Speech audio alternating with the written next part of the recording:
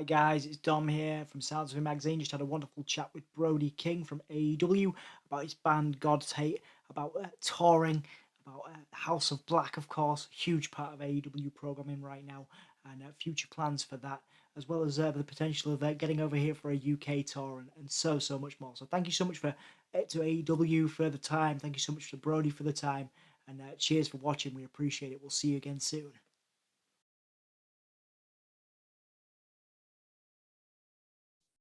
All right, Brody. So, thank you for joining me. Some quick fire music questions to start, man. All right. So, and then we'll do a bit of wrestling stuff. So, first one is favorite live show of all time, either one you've played or one you've seen, or both if you want. Uh, so I think it's right off the top of my head, it's probably a tie between seeing Slayer at the Palladium, and seeing Hatebreed play United Blood, to a exclusively hardcore audience.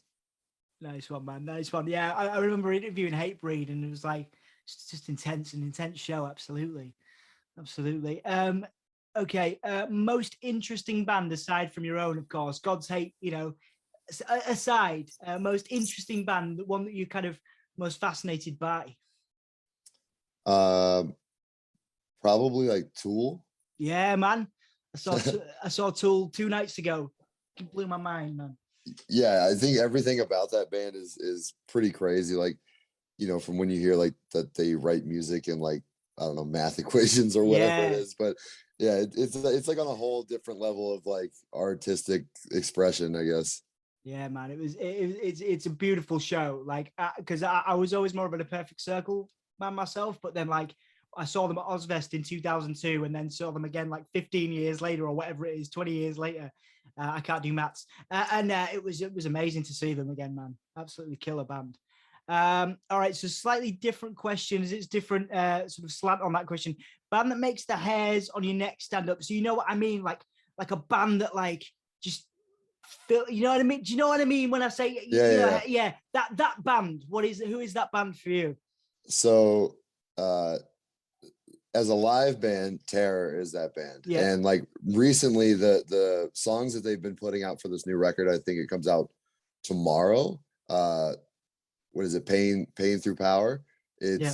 It is like return to form of like the original Terror, like One with the Underdogs and Lowest of the Low. And like literally that new song, it's like 53 seconds long. Yeah, And yeah. it just rips. And that like gave me goosebumps when I heard it. It was like hearing Lowest of the Low for the first time. Nice, man. Nice. I was like, I got the press release and I was like, this, yeah, blew me away. I was proper into it. I'm hoping to get an interview with them down the line, actually. Favorite festival experience? Uh, Like just for the vibe. You know what I mean? Like, my favorite festival was always United Blood because it was always like uh no bullshit, like hardcore festival. Like there wasn't anything else going on. You know what you're getting into, and they yeah. always put emphasis on current bands, and like there wasn't like a whole bunch of reunions or anything. It was like what's happening currently in hardcore and like the best bands doing it right now. All right. So, song to motivate you on the toughest days. Hate Breed Perseverance. Yeah, man. Nice. Cool. Cool. That song, like, the lyrically it's like empowering, but aside from that, the chorus is one of the hardest choruses ever written.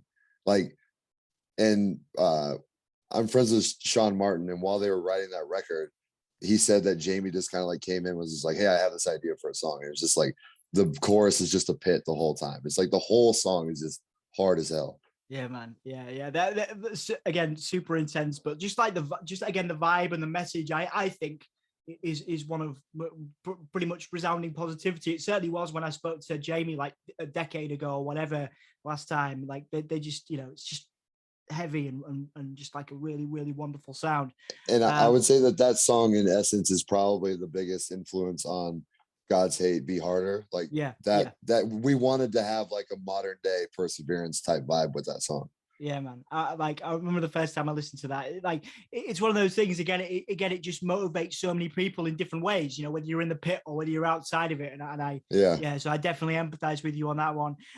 Is there any crossover? I guess this goes back to one of our previous sort of questions. There is there any crossover between, like, is there something that you and the kids can listen to together? Like, is there any songs that you like that Oh, maybe like your family will listen to that you can actually stand or that you can actually so like listen to? absolutely. I mean, I'm a pretty big music fan across the board, but like Right. I'm a massive pop music fan. Oh, Like nice. I have a tattoo of Lady Gaga on my leg, Oh but like yeah, man. Lady Gaga's, you know, that she's the queen of pop like forever. I don't care what anybody says. She owns it. Like people could say Madonna or whatever they want, but it's Gaga and she's proven it to this point.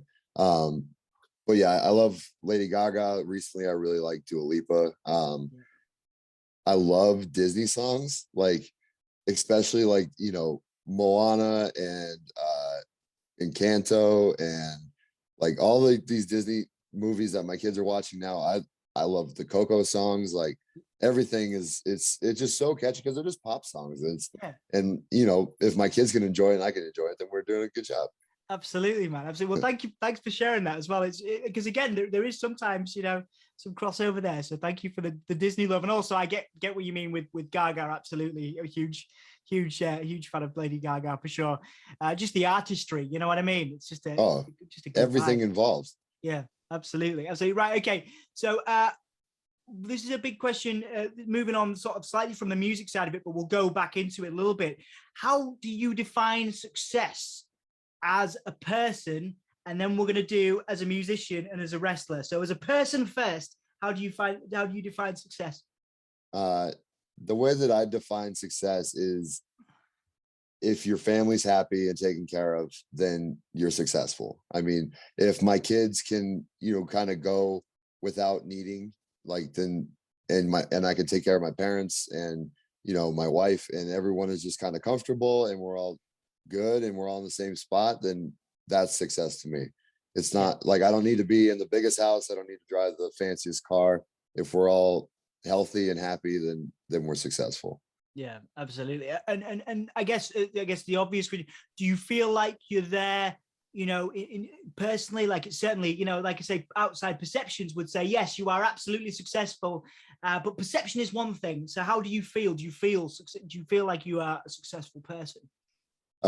Yeah, I do feel like I'm a successful person, especially in the short amount of time that I have been wrestling. I feel like I've gained success quite quickly compared to some. So I'm very fortunate in that matter. Absolutely, absolutely. Well, we'll talk a little bit about your journey because I know you had a hard journey towards wrestling and towards AEW. But the next phase of that question is because wrestling and music, obviously there's a lot of crossover. But in terms of success, you know, you have got a lot of streams, you have toured, you have played to lots of crowds, and you now obviously have your song as part of the House of Black, you know, theme. So there's lots of crossover there. But how do you define success as a musician? uh, I think it's just absolute creative freedom and Mm, being able to go from something from concept to creation and then having people respond positively to that is that I mean that's the most successful part of it is like if you're resonating to a crowd what you felt inside and like they feel that as well and then you're you know feeding off of each other in that then like I don't know what more you need than that. You know, obviously record sales and merch sales and all the money that comes involved is like that's all the added bonus. But to me, just somebody like relating on a personal level of like, I wrote these lyrics about this thing and this person relates to them, maybe not in the same exact way, but they can take a part of their life or something they're going through and be like, yo, you helped me get through this, or like I understand what you know what you were going through when you wrote this and like that's what the rewarding part to me is. yeah, yeah, absolutely, absolutely. And that moves on nicely to another part of my question because you again you've been through quite a lot to become a, you know, to get to where you are as a wrestler, and you obviously worked really hard as a musician as well. What is your kind of message to anybody who follows you? You know, there's a lot of, for example, I work with young people as part of my day job, and they struggle with that motivation. They think, oh, they'll look at Brody King and they'll look at where you're at, and they're like, I'm never going to do that. I'm never going to be able to tour. I'm never going to be able to, you know, and it translates into wrestling as well. What will be your message to anybody listening or watching that admires what you do, but perhaps is having that crisis of confidence, which, yeah, I'm sure you know people that do that. They're struggling with that self-confidence, that motivation, maybe a little bit of mental health struggle there as well. Yeah, I mean, what it really comes to down to is you just can't give a fuck what anybody else thinks. Like, you have to do what you want to do, and you know, sometimes you sacrifice relationships, or you sacrifice money, or you sacrifice, you know, making your parents proud, or whatever it is. Like, there's always going to be something that is going to be in the back of your head, like, am I doing the right thing, and like questioning this. Like, you know, when I was going through wrestling training, it was like I was taking off work from a well-paying job to like go do indie shows for no money in front of 20 people. And it's like, am I doing the right thing? And then, you know, when those 20 people turn into 200 people, and then those 200 people turn into 20,000 people, then you're like, I guess I was doing the right thing. Like, you got to be true to yourself. You got to, you know, believe in yourself. And, you know, you can't be an imitation of somebody else. You have to be completely authentic to yourself. Yeah, yeah. And I mean that, you know, I guess how does one do that? Because again, I've watched some documentaries and stuff on you, and obviously the journey was tough, and it was hard, and you went through a lot of stuff, like work wise, you know, like, you know, it wasn't always easy for your family as well. And I guess, you know, you know, there was a lot of times where perhaps friends of yours have maybe given up a little, you know, they gave up and you didn't. And I wonder if you could take me to one of those moments where you perhaps felt like giving up and you didn't. And what was it that pushed you through? Was it the people around you? Was it the music? If you that hardest moment where you've maybe thought about giving up, what was it that kept you going?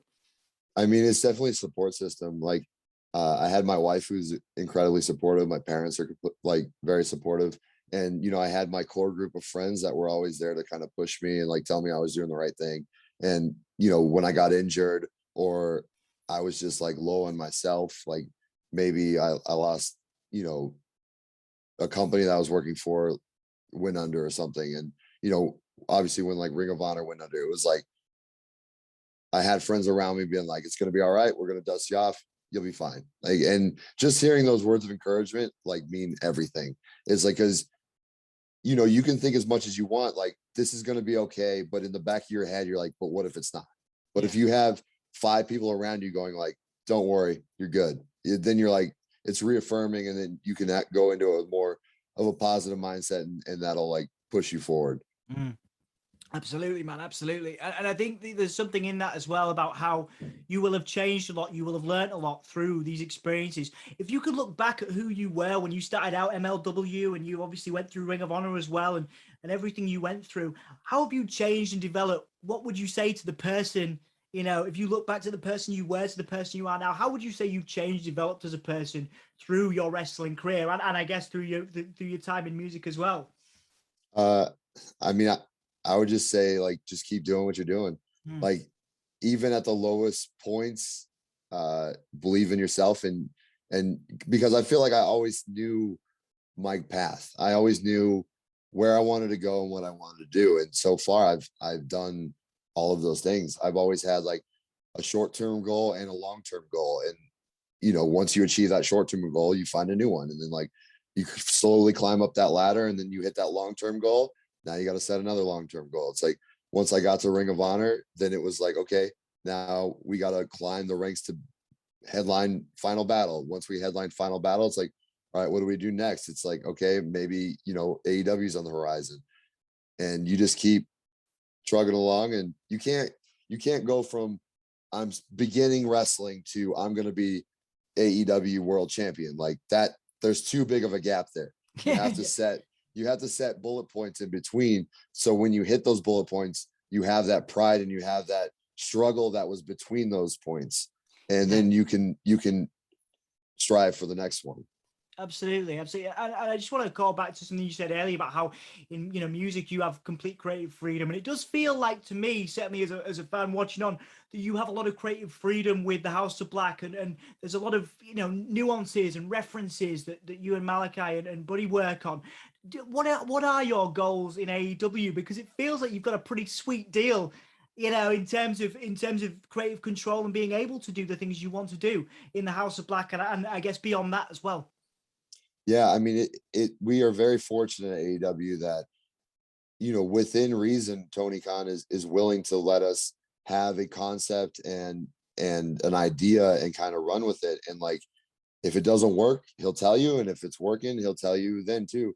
But the House of Black was, it was something that AEW didn't have yet. They had the Dark Order, which had like darker nuances and like stuff involved with that. But I think we're pushing the boundaries even more, like, going into religious cues and like more like black metal or death metal, or like, we're kind of working on a different platform. It's not silly, it's not goofy, it's pretty serious, and like, but within that we can also still have fun with it, and we are able to um present a product that is unique to AEW.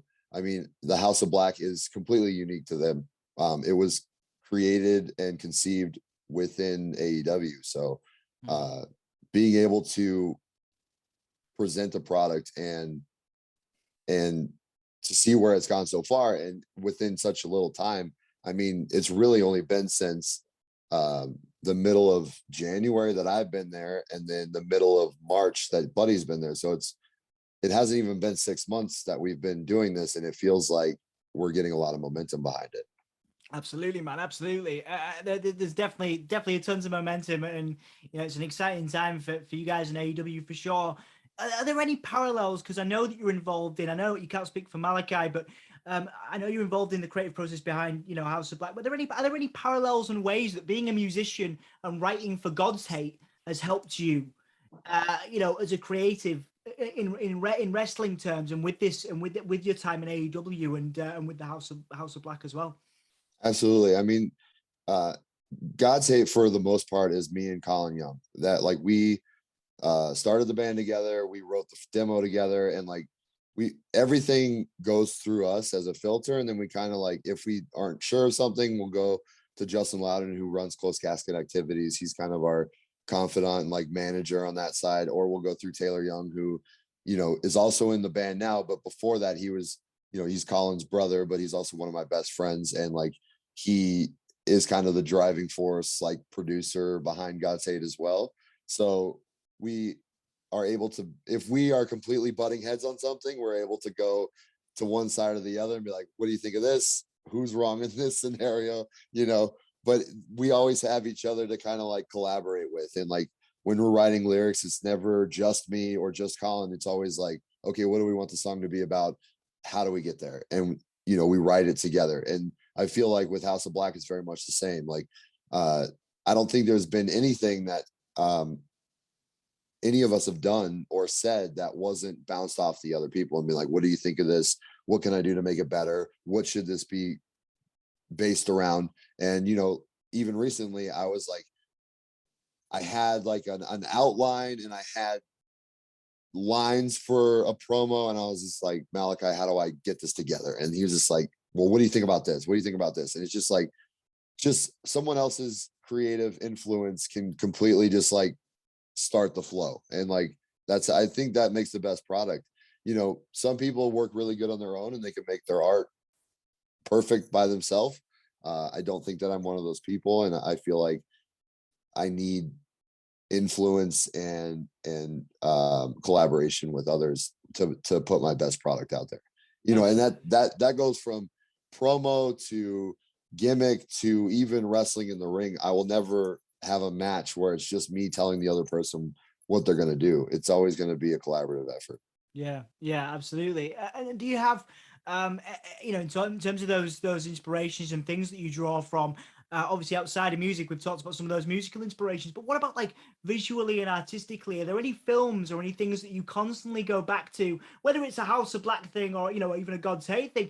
Are there any movies or sort of artistic projects that you can go back to and be like, man, that really motivates me, that, you know, that you can watch and draw something from?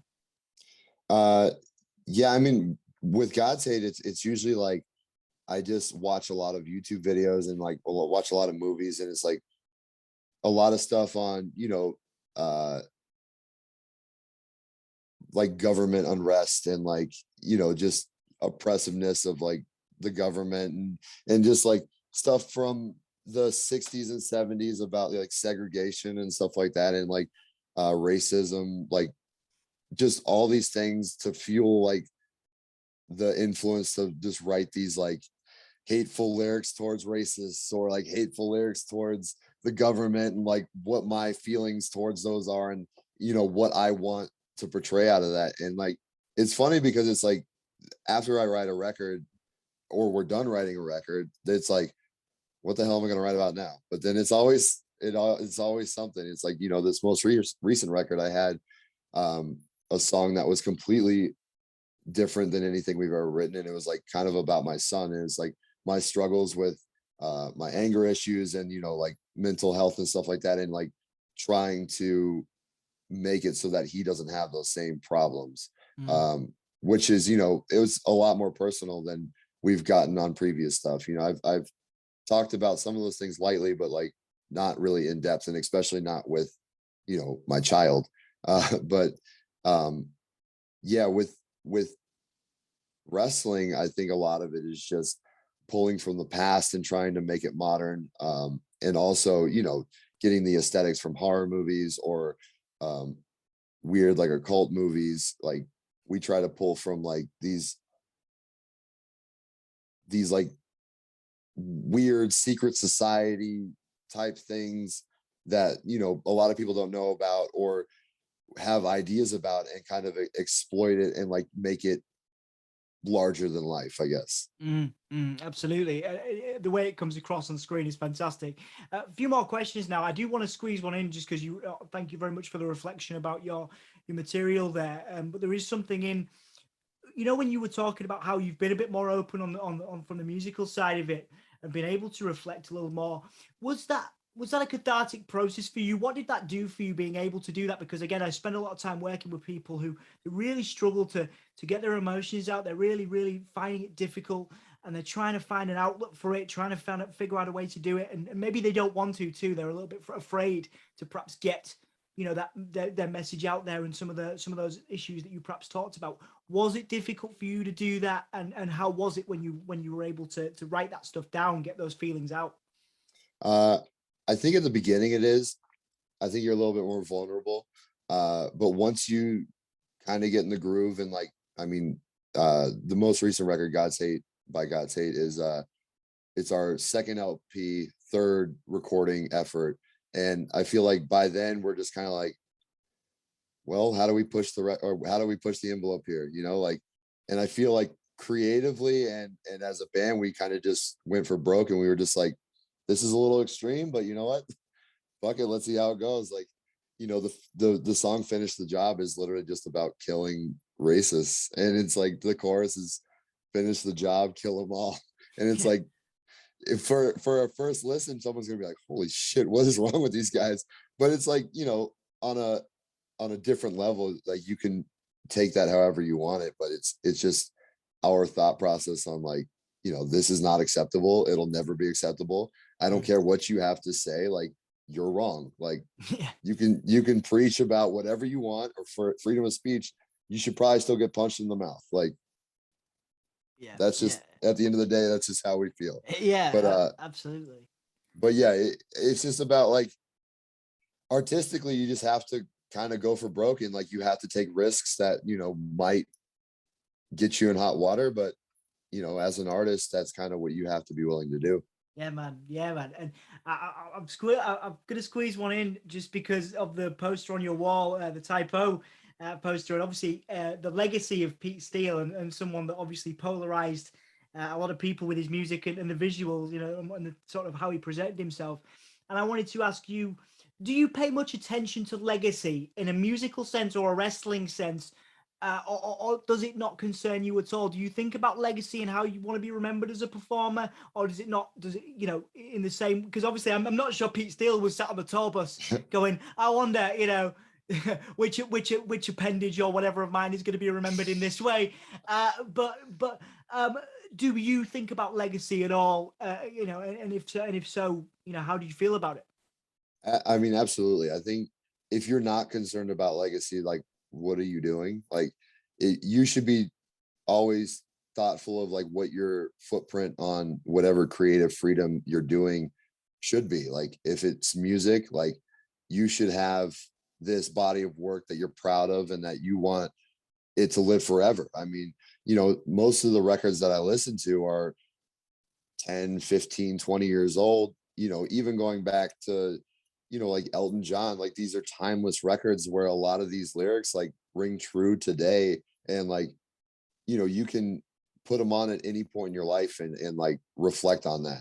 And as a musician, I hope that, somebody is listening to a God's Hate record in 20 years and being like, yo, these guys were insane. Like, what is this music is crazy. And I'm sure that there's going to be police brutality and cultural unrest and the government screwing you over in 20 years. So hopefully those lyrics, I mean, hopefully they're not ringing true, but I'm sure they will be. But like you said, like Typo, Peter Steele was not afraid to push the envelope, and he kind of, maybe sometimes he did push it a little too far, but he was definitely a man that was not afraid of anything or anybody. At least, he portrayed that.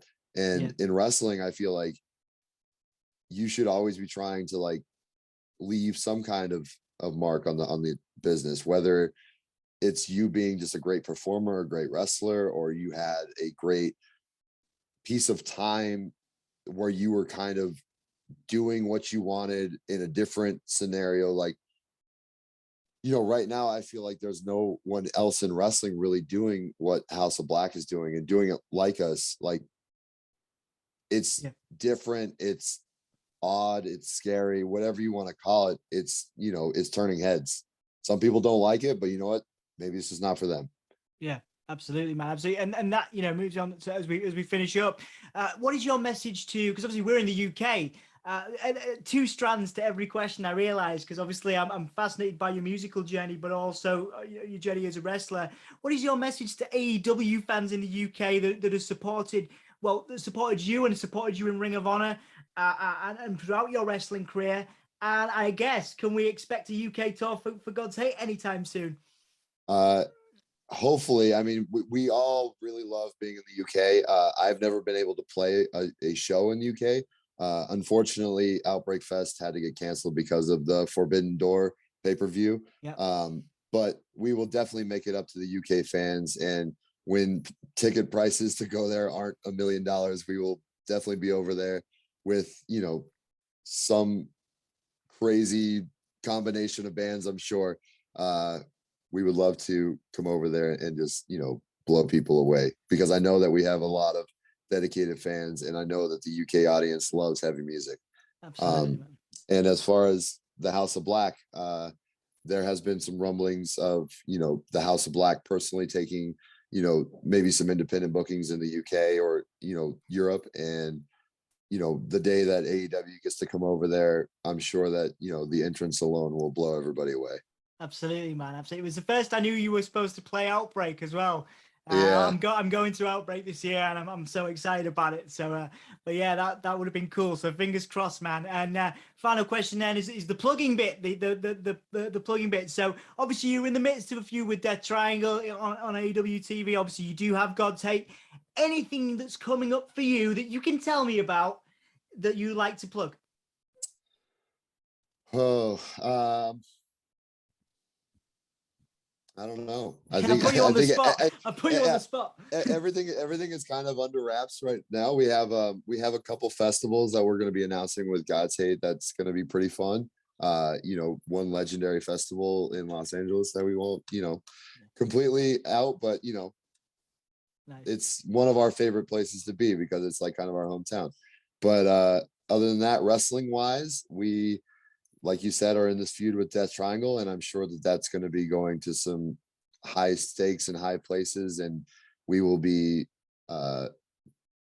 performing and putting on some unbelievable matches with those guys because they are some of the best performers in the industry as well. And I mean, we've seen combinations of these guys working together, and it's always mind blowing and exciting. And I think the Revolution pay-per-view buy-in, we were missing Phoenix, and that match I feel like turned a lot of heads, and it made a lot of new fans out of probably everybody. And I think with Phoenix involved, it's going to even up the stakes even more. Yeah, man, absolutely. I'm super excited to see what happens. While I've got you, this is a cheesy question, but I'm going to ask it. If you had to listen to any record on repeat for the rest of your life, like the Desert Island, it's the Desert Island question. What record would you be able to do that with? What album would you be able to do that with? Just over and over again, you could actually cope with. Oh man. I think the answer that I used to always have was Danzig 2. Yeah. What is that? Lucifuge. That's probably one of my favorite records of all time from front to back. And it's just every song hits. There's hard parts, there's slow parts, there's ballads, there's, heavy parts. And it's just a perfect record, in my opinion. Yeah, man, absolutely. Well, thank you so much for making the time for me today, Brody. I really appreciate it, man. I'm looking forward to seeing you guys over here in the UK wrestling, and hopefully at next year's Outbreak or something like that. That'd be really cool. Absolutely. Thank you for having me. Of course, man.